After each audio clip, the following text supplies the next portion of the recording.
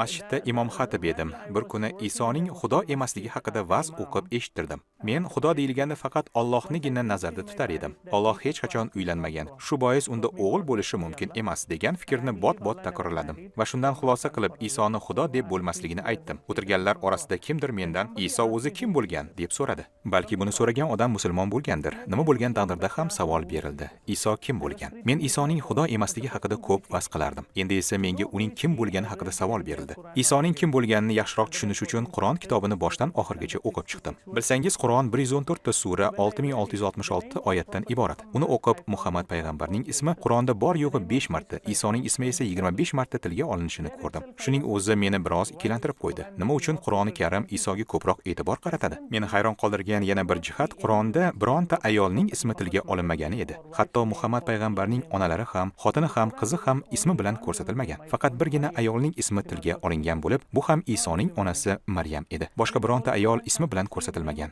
Qur'on kitobining 3-surasi Al-Imron, 19-surasi esa Maryam deb ataladi. Qarangki, butun boshli bir bob Maryam nomi bilan atalgan. Meni bir savol qiziqtira boshladi. Nima uchun Qur'onda Maryamga bu qadar katta e'tibor qaratilgan? Qur'on kitobi 3-sura 34-oyatdan boshlab Maryamning gunohsiz tug'ilgani va hayoti mobaynida hech qachon gunoh qilmagani, bokira bo'lgani haqida aytilgan. 50-sura 23-oyatda uning jismoniy tanasi bilan jannatga ketgani aytilgan. Qur'onda hatto Maryam haqida taxminiy ma'lumotlar ham bayon etiladi. Iso haqida ham ko'p aytilgan. 3-suraning 45-dan 55-gacha oyatlarini o'qib, Iso haqida 10 ta haqiqatni bilib oldim. Birinchidan, uning Kalomulloh deb atalganini ko'rdim. Arab tilida bu Xudoning kalomi degan ma'noni beradi. Ikkinchidan, uning Ruhulloh deb atalganini ko'ramiz. Buning ma'nosi Xudoning ruhi demakdir. Uchinchidan, Iso Masih deb yuritiladi. Demak, Qur'onda Iso Xudoning kalomi, Xudoning ruhi va Masih deb atalgan. Qur'onga ko'ra, Iso tug'ilgach, ikkinchi kuniyoq tilga kirgan. Ya'ni gapira boshlagan. Hali go'dakligidayoq so'zlasha olgan. Qur'onda Isoning loydan qush yasaganlari, so'ng puflab ularga jon ato qilganlar haqida aytiladi. Demakki, Iso jon ato qilishga qodir ekanda, u tuproqqa jon ato etdi. Qur'on shuningdek Isoning ko'r bo'lib tug'ilgan odamlarning ko'zini ochgani, shifo bergani, teri kasalligiga chalinganlarni sog'aytirgani va hokazo mo'jizalarni e'tirof etadi. Qur'onda Isoning o'liklarni tiriltirgani haqida ham aytilgan. Iso to'g'ridan-to'g'ri jannatga kirdi. U hamon o'sha yerda. Uning oxiratda kelishi ham aytilgan. Bularni ko'rib amin bo'lganimdan keyin meni boshqa savol qiziqtira boshladi. Qur'onda Muhammad haqida nima deyilgan? Qur'onga ko'ra Muhammad payg'ambar Xudoning kalomi hisoblanmaydi. U Xudoning ruhi ham emas. 2 kunlik chaqaloqligida gapirmagan, hech qachon loydan qush yasab, ularga jon ulashmagan, hech qachon kasallarga shifo bermagan, o'lik odamlarni tiriltirmagan. Qolaversa, o'zi dardga yengilib vafot etgan. Islom ta'limotiga ko'ra Muhammad o'lgan, dafn etilgan va endi qaytib kelmaydi. Ko'ryapmizki, bu ikki payg'ambar o'rtasida juda katta farq bor. Yuqorida aytganimdek, Isoning Xudo ekanligiga ishonmasdim. Uni shunchaki payg'ambar o'rnida ko'rganman xolos. Mulohazalardan keyin Isoning Muhammaddan ko'ra buyuk ekanligiga shubham qolmadi.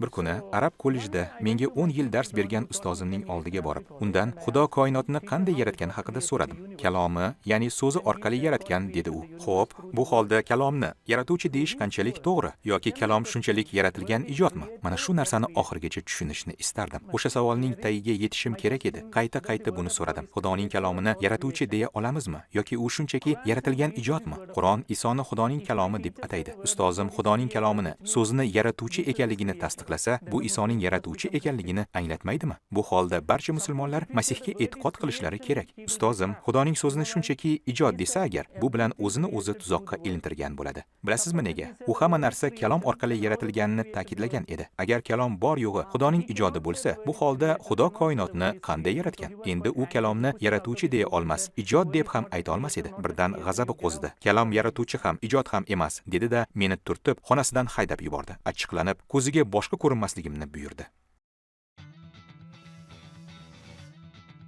Siz musulmon bo'la turib ularni aniq ko'rgan bo'lsangiz, nima uchun qolgan barcha musulmonlar Masihni qabul qilmayaptilar?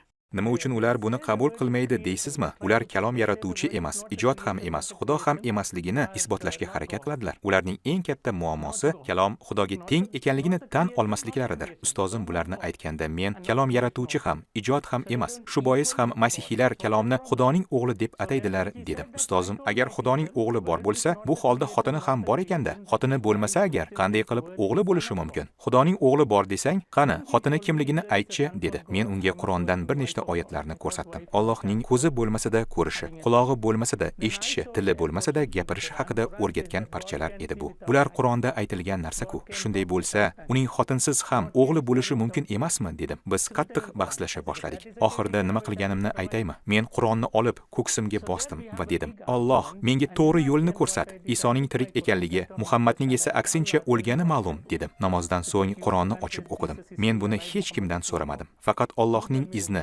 yo'rig'ini izlar edim xolos. Qur'onda 10-sura 94-oyatga ko'zim tushdi. Arab tilida o'qir edim. Unda shunday deyilgan: Agar senga nozil qilgan narsalarimizdan shubhada bo'lsang, sendan oldin bo'lgan kitob ahlidan so'ra. Sendan oldin bo'lgan kitob ahli deb muqaddas kitobni o'qiydiganlar nazarda tutiladi. Tushunmagan narsalarimni men o'sha odamlardan so'rashim kerak ekan. Bunga meni Qur'on chorlar edi. Bilsam, o'sha paytda haqiqat menga ochila boshlagan ekan. Agar mendan kimdir nega masihiy bo'lding, kim seni bunga da'vat qildi deb so'rasa, men hech kim deyman. Chunki bunda na ota-bobolarim, na opa-singillarim, na aka-ukalarim, na biron iymonli masihiy yoki xizmatchining, na ruhoniyning ishtiroki bor. Hech kim meni Masihga olib kelgani yo'q. Buni Xudo qildi. Ha, aynan u meni Qur'on oyatlari orqali Masihga olib keldi. Shu bois muqaddas kitobni, Injilni o'qib o'rganishga qaror qildim. Hindistonda ilohiyotshunoslik markaziga bordim. U yerda 7 tilda mulohazalar olib borilar. Har hafta markazga ko'plab odamlar kelib ketar edi. Ular haftaning dushanba kunidan to juma kuniga qadar o'sha markaz binosida turishardi. U yerda dunyoning turli joylaridan kelgan ko'plab hindular, musulmonlar, masihiylar va har xil diniy yo'nalish vakillarini uchratdim. Mening esa u yerga borishimdan maqsad muqaddas kitobni o'rganish edi.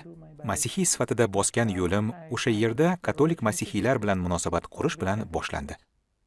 Masihga o'sha yerda iymon keltirdingizmi? Ilohiyotshunoslik markaziga borishdan avval masihiy bo'lmaganman. Markazga qatnay boshlagach, avvaliga ko'p ko'nglim to'lmadi. O'shanda hali 19 yoshda edim.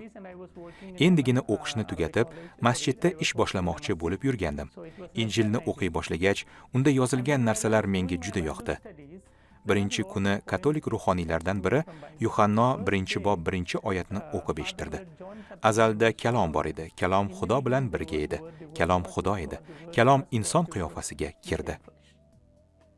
Qur'oni Karimda Iso Xudoning kalomi deb yuritiladi. Qarangki, bu yerda ham shunday deyilar edi. Muqaddas kitob, Injil ham Isoni Xudoning kalomi deydi. Ikkala kitobning bir-biriga o'xshashligini ko'rdim. Ikkala kitob, Qur'on va Injil bir-birini to'ldirishini ko'rib, xursand bo'ldim. Bir kuni o'zimni masihiy, boshqa kun musulmon deb hisoblar edim. Bir ikkilanardim, bir g'ayrat bilan oldinga intilardim. Nazarimda ikkalasi ham menga kerakdek tuyulardi. O'ylarga botib yurgan bir paytda Yuhanno xabarining 1-bob 12-oyatini eshitib qoldim. U menga juda yoqdi. Muqaddas kitob shunday o'rgatar edi. Uni qabul qilganlarning hammasiga esa unga iymon keltirganlarga u Xudoning farzandi bo'lish huquqini berdi. Qur'onda odamzod qul, Alloh esa xo'jayin obrazida ko'rsatilgan. Alloh bilan odamzod o'rtasida sevgi yo'q. Shaxsan o'zimga kimningdir meni qul deb atashi yoqmas edi. Qur'onda esa odamzod Allohning qullari sifatida e'tirof etiladi.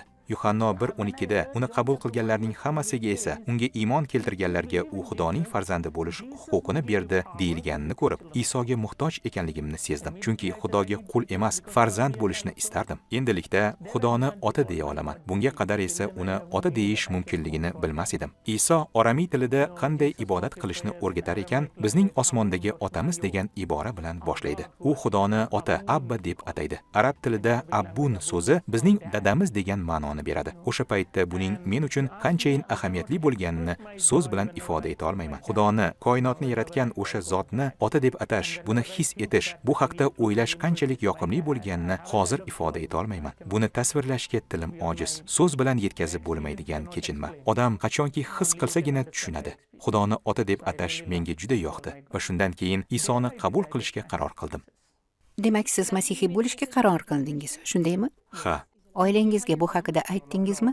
Yo'q, chunki o'sha paytda men ilohiyotshunoslik markazida edim va Xudo endi yuragimga gapirar edi. Masihni qabul qilishim uchun qulay imkoniyatlar va sabablar borligini ko'ra boshlagandim. O'sha paytda uydagilarim meni sog'ina boshlagandi. Ota-onam meni masjiddagilar esa uyda deb o'ylashardi. Ular bir-birlari bilan gaplashib, mening uyda ham emas, masjidda ham emasligimni payqab qolishdi va meni hamma yoqdan qidira boshlashdi. Men haqimda hatto ro'znoma va televideniyaga ham ham e'lon berishdi. Nihoyat ular mening katolik jamoati qoshidagi ilohiyotshunoslik markazida ekanligimni bilib qolishdi. Dadam meni o'sha yerdan topdi. Keyin katta janjal bo'ldi. Meni rosa do'pposladi. Og'zi burnimdan qon otilib chiqqaniga ham qaramadi. To hushimdan ketmagunimcha do'pposlab urdi. Keyin meni uyga olib kelishdi. Qanday olib kelganlarini bilmayman. Qarasam, uyda yotibman. Kichkina xona, yolg'iz o'zim, qip-yalang'och edim. Ustimda hech narsa yo'q edi.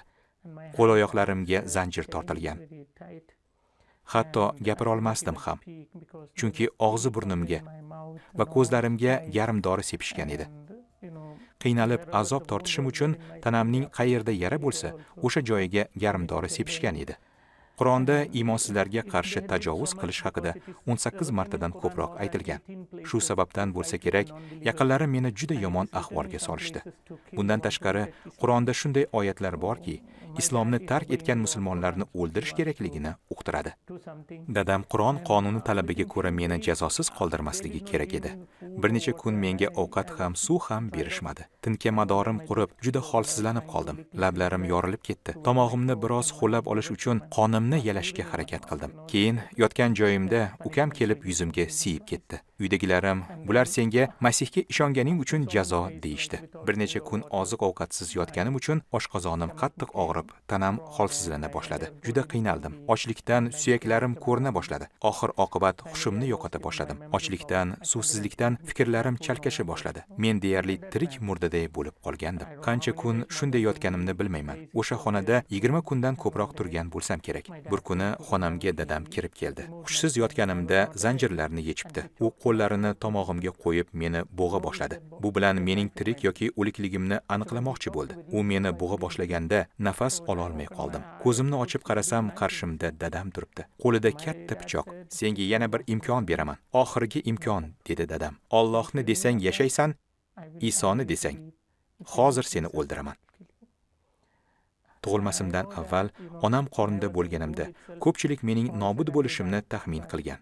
Lekin ota-onam yaqinlari meni sevganlari bois Xudoga yolvorishgan. Aytishlaricha, men o'sha duo-yu ibodatlar tufayli tirik qolgan emishman. Endi esa ular meni o'ldirishmoqchi. Dadamni yaxshi bilardim va u qarshimda meni o'ldirishga tayyor turar edi. O'limim yaqin ekanligini his qildim. Xayolimdan, xo'sh, Iso o'ldirildi, lekin tirildi. Agar men ham Isoga ishonganim bois o'ldirilsam, Xudo meni ham tiriltiradi degan o'ylar o'tdi. Birdan quvonib ketdim. Shunday ekan, dedim o'zimga o'zim. Isoga ergashgan holda o'lganim afzal. Shunday deb turgan paytim to'satdan oyning yorug'ligiga o'xshash nur peshanamga tushdi va butun tanamdagi tomirlarni jimirlatib yubordi. Ich-ichimdan to'q yugurgandek bo'ldi. Birdan kuchga to'lganimni his etdim. Suyaklarimga kuch kirgandek bo'ldi va o'sha zahoti o'zimni boshqara olmay qoldim. Dadamning qo'lini pastga tushirib, Iso deya baqira boshladim. Beixtiyor ko'zlarim yoshlandi. Dadam esa yerga qulab tushdi. Qo'lidagi pichoq ko'ksiga botdi va ko'ksidan qon oqa boshladi. Dadamning og'zidan ko'pik chiqqanini ko'rdim. Qarasam, shu yerda singillarim, ukalarim, oyimlar dong qotib turishibdi. Ularni vahima bosgandi. Nima bo'lganini bilmay dadamni o'lib qoldi deb o'ylashgan edi. So'ng hammalari dadamni kasalxonaga olib borishdi. Yonimda hech kim qolmagach, xona ochiq ekanligini ko'rdim. Uni tashqaridan qulflashni unutib qo'yishibdi. Tanamda qayerdan kuch paydo bo'lganini bilmayman. Men chamasi 20 kun hech narsa yemagan edim. Suyaklarim bo'rtib chiqib ketgan bo'lsa-da, qayerdandir kuch paydo bo'ldi. Darhol dadam kiyimlarini kiydim-da, ko'chaga yugurib chiqdim. Taksi izladim. Imkon qadar tezroq Kerala shahriga borishim kerak edi. Taksi haydovchisi Masih edi. Meni manzilimga olib ketayotib, yegani shirinliklar, sharbat va boshqa narsalar olib berdi. Biz hozirgacha u bilan gaplashib turamiz. U mening juda yaxshi do'stim. Kerala shahrida ancha o'zimga keldim. Isoga ishonaman. Iso tirik. Men muhtoj paytimda unga yolvorgan edim. Iso meni eshitdi, meni ozod qildi. Men Iso bilan bevosita gaplashaman. Xuddi sizlar bilan gaplashgandek. Hikoya qilmoqchi bo'lgan narsa shu. Men Isoning hamma yerda hozir ekanligiga ishonaman. Iymonga kelganimga 18 yil bo'ldi. Musulmonlar 18 yil yashashimga yo'l qo'yishmaydi deb o'ylardim. Men hattoki arablar yashagan joyda, yaqin Sharqda ham va'z qildim, lekin hech qanday yomon hodisa bo'lmadi. Isoning tirikligi va meni himoya qilayotganini yana bir karra tasdiqlaydi.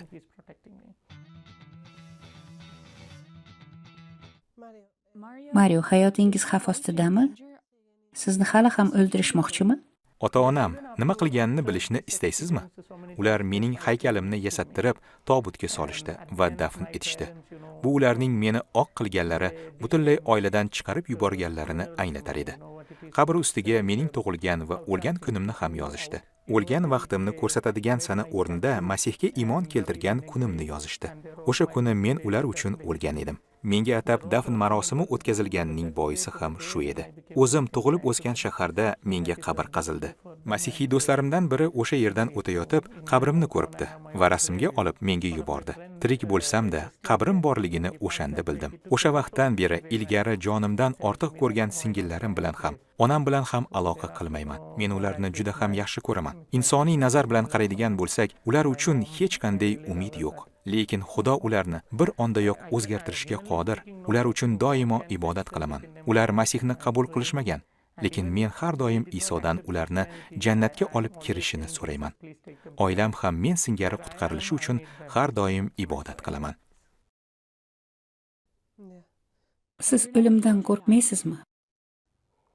Iso juda aniq qilib, men otamning oldiga ketyapman degan. Men borib sizlarga joy tayyorlayman-u. Sizlarni o'zim bilan olib ketgani kelaman, toki men bo'lgan joyda sizlar ham bo'linglar. Iso men uchun joy tayyorlab qo'yganini bilaman va bu meni quvontiradi. Vaqti kelib, u meni olib ketgani keladi. Menimcha, Iso biz uchun juda ajoyib joy tayyorlagan. Chunki 18 yildan beri musulmonlar meni o'ldirishga harakat qilishsa-da, ammo maqsadlariga erisha olmayapti. Shundan xulosa qilaman, o'sha vaqtdan beri menga joy hozirlanayotgan ekanmi? Demak, juda zo'r joy tayyorlanmoqda. O'sha joy tayyor bo'lgandan keyingina Iso meni olib ketadi. O'shanda musulmonlarning qo'li menga yetishi mumkin. Undan avval emas. O'limdan qo'rqmayman. O'lim hammaning peshonasida bor narsa. Meni o'ylantiradigan, ajablantiradigan yagona narsa bu o'lganimizdan keyin jannatning qanday bo'lishi. Agar abadiy hayotga erishishni istasangiz, bilingki, Isoga ergashishingiz kerak. Har qanday din Xudo va inson o'rtasida gunoh borligini o'rgatadi. Islomda gunoh uchun jonli hayvonlar qurbonligi keltiriladi. Hinduizmda qayta tug'ilish haqida tushuncha mavjud.